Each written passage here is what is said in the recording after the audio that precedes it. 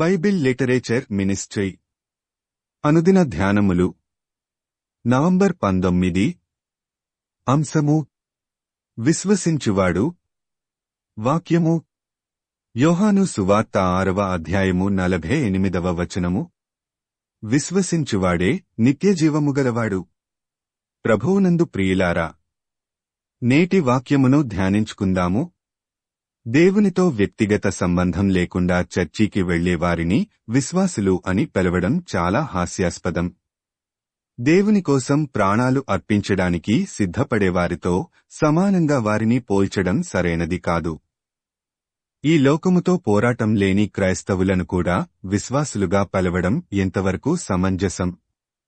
విశ్వసించడమనే ప్రక్రియ ఎంత సులభంగా కనబడుతుందో అంత కష్టతరమైనది.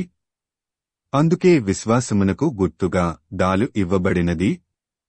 నిజమైన విశ్వాసి జీవితాంతం పోరాడాల్సి ఉంటుంది.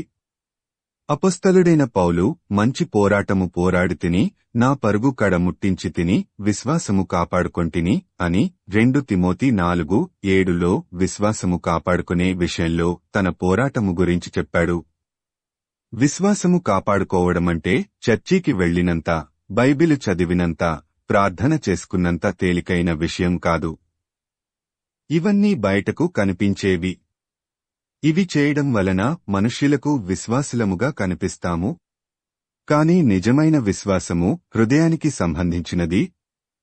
మన హృదయంలో విశ్వాసము ఉందో లేదో మనకు కూడా తెలియదు, కాని దేవునికి మాత్రం తెలుస్తుంది.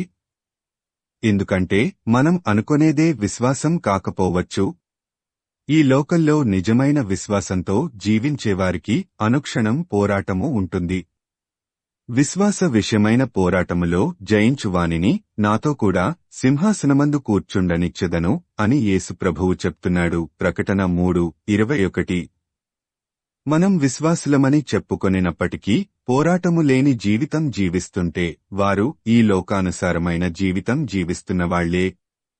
ఈ లోక సంబంధమైన జీవితం మనం విశ్వాసంలో ఎదగటానికి ఆటంకమవుతుంది.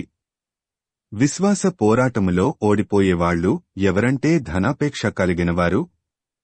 ధనాపేక్ష సమస్తమైన కీడులకు మూలము. కొందరు దానిని ఆశించి విశ్వాసము నుండి తొలగిపోయి 1 తిమోతి 6:10. ధనాపేక్ష మనల్ని దేవుని మీద ఆధారపడేలా చెయ్యదు. దేవుని మీద ఆధారపడనప్పుడు మనం దేవునియందు విశ్వాసం కలిగి ఉండలేము. ఒక ధనవంతుడు నిత్యజీవము ఆశించి యేసు ప్రభువు దగ్గరకు వచ్చి నిత్యజీవమునకు వారసుడనగుటకు నేనేమి చేయవలెను అని అడిగినప్పుడు యేసు నీకు కలిగినవి అమ్మి బీదలకిచ్చి నన్ను వెంబడింపుమని చెప్తాడు. అయితే యేసును వెంబడింపకుండా అతని ధనము అతనిని అడ్డుకుని నిత్యజీవమునకు వారసుడు కాకుండా చేసింది. లూకా 18:18-25 వరకు. నీ ధనమెక్కడ ఉండునో అక్కడనే నీ హృదయము ఉండును, మీరు దేవునికిని సిరికిని దాసులుగా నుండనేరరు అని మత్తయి 6:21-24 వరకు యేసు ప్రభువు చెప్తూ దేవునికి ప్రత్యర్థిగా ధనమును పేర్కొన్నాడు. ధనాపేక్ష మనల్ని దేవుని మీద ఆధారపడనివ్వదు. కాబట్టి మనకి కలిగిన వాటితో తృప్తిగా ఉండి విశ్వాసమును కాపాడుకుంటూ నిత్యజీవమును సంపాదించుకుందాము. ఈ లోకముతో పోరాడి నీ విశ్వాసమును కాపాడుకోడానికి నీవు సిద్ధమా? ప్రార్థించుకుందాము. ప్రభువా, ఈ లోకంలో మేము జీవించినంతకాలము నిత్యజీవము సంపాదించుకొనుటకు మా విశ్వాసమును కాపాడుకునే శక్తిని మాకు దయచేయమని యేసయ్య నామమున అడుగుతున్నాము తండ్రి. ఆమేన్. ప్రభువునందు ప్రియులారా, మార్కు సువార్త 16వ అధ్యాయము 15వ వచనములో మీరు సర్వలోకమునకు వెళ్లి సర్వసృష్టికి సువార్త ప్రకటించుడి అని యేసు ప్రభువు చెప్పాడు. కాబట్టి సువార్తను ప్రకటించడంలో భాగంగా ఈ వాక్యమును మీ స్నేహితులు, బంధువులకు షేర్ చేయమని ప్రభువు నామమున కోరుతున్నాను. దేవుడు మిమ్మును దీవించునుగాక.